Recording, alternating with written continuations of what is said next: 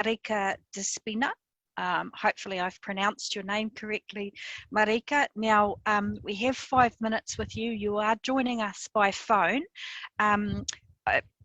My apologies, I will probably butt in at some point just because you probably can't see us, and to let you know how you're going with your time. So we have you for 5 minutes. Your submission has been read and we are in your hands. Welcome. Okay. Thank you, and so sorry, I totally didn't know the Wi-Fi wouldn't work where I am. So basically, I also am, well, I'm Marika, obviously, Christopher, and you read my submission, and so basically what I'm going to say is basically a verbal part of that to go with it and hear it in person. So I also am from Families for Justice and Real Advocacy Matters as well, and I didn't put submissions on behalf of them because it would have taken too long to do everything, so I just did a personal one. I have worked with multiple cases and people going through the system, and what concerns me about this bill is that, one, like I mentioned, there is no mention of the parents at all, as if parents don't even exist in a child's life, and that is a serious problem because a child's identity and everything comes from their whakapapa and everything, and their, you know, heritage and their genealogy and their family blood and everything like that. So a child must have their parents in their life. So it concerns me that this bill particularly seems to be only for people that are associates of Oranga Tamariki and the actual system and the Crown, which is not for the people or for the children at all. That concerns me. The other thing that really concerns me is that the bill is actually suggesting, and if this goes through, I mean, I can tell you there would be a hell of a lot of protesting going on, because you're basically taking the only voice that the children do have, which isn't even a good one at this point, of the Children's Commissioner, because if there is that issue that he's supposedly not dependent because he has some sort of responsibility to Oranga Tamariki, well, he's a Children's Commissioner, so simply all that needs to be done is make his role as the Children's Commissioner and not be liable to Oranga Tamariki, which I can't imagine why on earth he is in the first place. The system that that's being proposed in this bill has absolutely no formula, no process, nothing. So it's literally, to me, just another way of putting a band-aid on and pretending that something is being done for the children in the system when it is not. So it's from everything that I read, and I read everything several times, the bill, and each time it seemed worse and worse and worse. If the children don't have a voice and the parents don't have a way to get a voice for the children through the Children's Commissioner, who is going to be these people that speak for the children? Because this new system in the bill has nothing to do with the children. They don't get to have a say. They don't get to voice anything. The parents don't get to have a say or voice anything. And like I said, there's no process on how someone gets this process done to have Oranga Tamariki audited. And again, the process of actually auditing the place is not something where you go, hey, Oranga Tamariki, we're going to come and audit you now.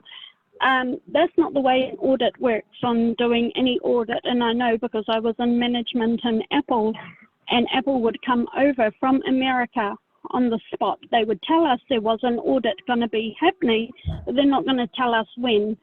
So it is not going to be factual or realistic if Oranga Tamariki is given, we're going to audit you on blah, blah, blah, and let the staff know, which is what I put in my submission, because you're not going to see what they're doing wrong because they're prepared for it.